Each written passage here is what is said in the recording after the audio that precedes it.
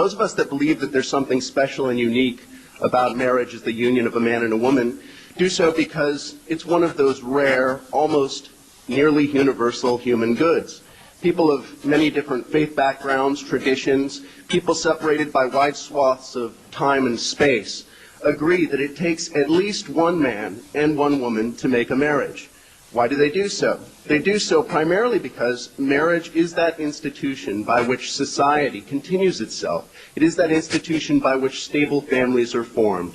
And children, in general, do best with both a mother and a father. So the marriage idea, which is on one side of the debate, is that there's something unique and special about mothers and fathers, husbands and wives, that the state has an interest in protecting and upholding.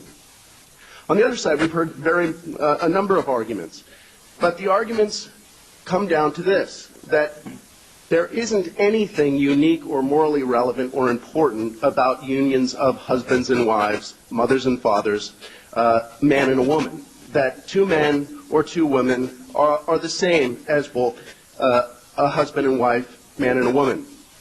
And then it goes one step further, and we've heard this a number of times today, that those of us who believe that there is something special and unique about husbands and wives are equivalent of bigots, or are animated by hatred or irrational animus. We hear this time, well, let's take that argument seriously.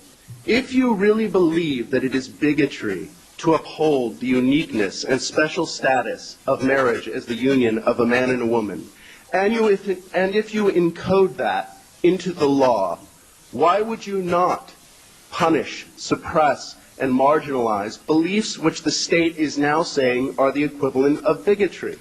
And in fact, this is what has occurred in jurisdictions that have moved forward with same-sex marriage. Mr. Catania refers to the 2005 incident in Massachusetts in which Catholic Charities Adoption Agency lost its ability to adopt children in the state of Massachusetts.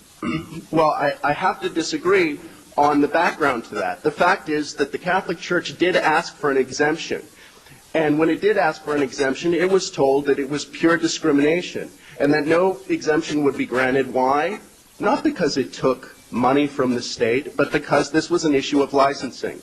In Maine, we just saw a school guidance counselor threatened with losing his job because he believes that marriage is the union of a man and a woman. There are consequences. If you say that those of us that believe that marriage is the union of a man and a woman are the equivalent of bigots in the law, we will be treated as such. Thank you.